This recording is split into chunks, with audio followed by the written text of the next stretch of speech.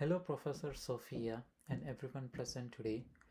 Today, I will be discussing Target's entry into Canadian market, a bold move that unfortunately ended up in failure. For today's agenda, we'll be discussing about company's introduction, Canadian market overview, company analysis and challenges in Canada, global market strategies including culture and market adaptation into Canadian market, key learnings from Target's failure, conclusion, and then reference. Target, a US retail giant, expanded into Canada in 2013, promising the same affordable check experience they delivered in the US. However, within 2 years, the company exited and closing all 133 stores and recording losses of $2 billion. This case offers valuable insight into how missteps in global marketing, cultural adaptation, and operational strategy can lead to significant challenges in international market. Let's dive into details.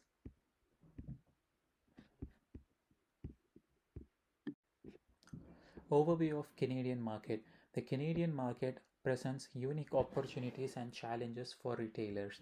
First, the population is geographically concentrated in urban areas like Toronto, Vancouver, and Montreal, making these cities key hubs for retail activities. However, this also means a smaller total market compared to US, New York, Michigan, Chicago, and so on. Canadian consumers are particularly value conscious, emphasizing a balance between quality and also at the same time affordability. Established competitors like Walmart, Costco, and Canadian Tires have already mastered this balance, creating intense competition for any player who is really new to join the Canadian economy and then market. Additionally, when Target entered, the Canadian dollar was weak compared to the US dollar, which increased costs for imported goods, making it harder to offer competitive prices. Understanding these factors is critical to evaluating Target's performance, especially to the Canadian market. Target's global success lies in its unique positioning as a retailer offering affordable and stylish products. This affordable check identity has been a hit in the US, where it competes effectively with Walmart through a more aspirational brand appeal. Their market strategies globally focuses on product differentiation, a strong emphasis on branding, and a commitment to offering trendy and exclusive designs. However, their international expansion strategy, marked by rapid scaling rather than facing phase testing, proved challenging in Canada. They attempted to replicate the same US model without adequately adapting to the Canadian market and Canadian structure. This misalignment between strategy and execution became evident in their short lived Canadian operation. Challenges in the Canadian market. Target faced multiple interrelated challenges in Canada. Cultural misalignment. Target assumed Canadian consumer habits mirrored those in the US simultaneously. However, Canadian shoppers are highly price sensitive, placing greater value on savings and discounts. A mismatch for Target's higher priced offering. Economic pressures. The weak Canadian dollar significantly increased cost. Additionally, prices in Canadian stores were higher than in comparing with US stores for the same product, leading for customer dissatisfaction. Operational issues. One of the biggest complaints was empty shelves caused by the poor supply chain management. Target's IT system struggled to handle Canadian logistics, leading to inventory mismatches. Real estate challenges. The acquisition of Zeller's store gave them physical locations quickly, but many were outdated, requiring costly renovations and contributing to company's financial strain, which they already lost 2 billion when they closed. Application of global marketing concept. Let's connect these challenges to global marketing concepts, which is market entry strategy, Steve's cultural dimension, and then Potter's five forces analysis. First, market entry strategy. Target chose to acquire Zellers, which allowed them a rapid expansion. However, this was flawed strategy because Zellers' location were not ideal for Target's brand image or logistics. Horstev's cultural dimensions. Using Horstev's model, we see a gap between US and Canadian consumer behavior. For example, Canadians tend to value uncertainty avoidance more, meaning they prefer reliable, well established, and shopping experience. Target failed to deliver the same in Canada to their customers. Finally, Potter's five forces of analysis. First, competitive rivalry. Walmart and Canadian Tire were strong competitors offering better pricing and localization comparing with any other competitors in Canada including Target. Buyer power. Canadian consumers had many alternatives and high expectations. Operational cost. High cost in supply chain reduced profitability, like because of the weak dollar gap, it simultaneously forced them to have higher price to match the inflation and also the profit margin to sell in Canada.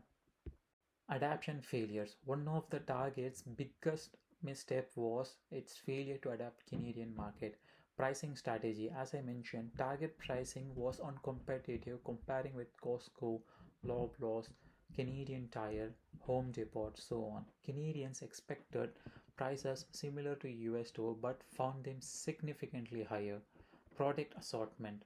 Canadian stores lack the variety and exclusivity design found in the US location, leading to the customers' disappointment because of they are not serving the Canadian customers same as the US customers. Loyalty programs. Unlike Walmart and Canadian Tire, Target did not implement any localized loyalty programs, missing an opportunity to build repeat customers and loyalty. As we all know, Canadians love to collect points and rewards for every dollar they spend, which was completely utilized by the the the car the card issuers and also the big players like Walmart, Real Canadian, Loblaws, and so on. Key takeaways from Target's Canadian experience. Cultural misstep first. Target failed to fully grasp Canadian consumers' preference and shopping habits. Operational inefficiency, poor inventory management, supply chain issues significantly impacted the business. Also, the empty shelves, as I mentioned earlier in the presentation. Pricing strategy, because there is a huge gap between the pricing of the product in US and Canada, which simultaneously reduce the buyer behavior and the buying behavior of the customers. From Target's failure, there are also three critical lessons for global marketers. Market research. Conducting detailed local market research before entering is crucial. Hard Had Target better understood Canadian consumer behavior, they might have avoided some missteps.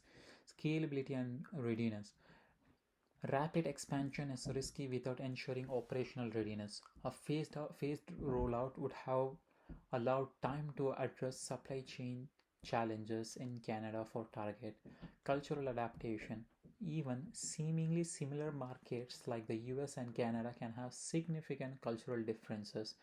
Companies must adapt their strategies to align with the local expectation, whichever market they are planning to expand.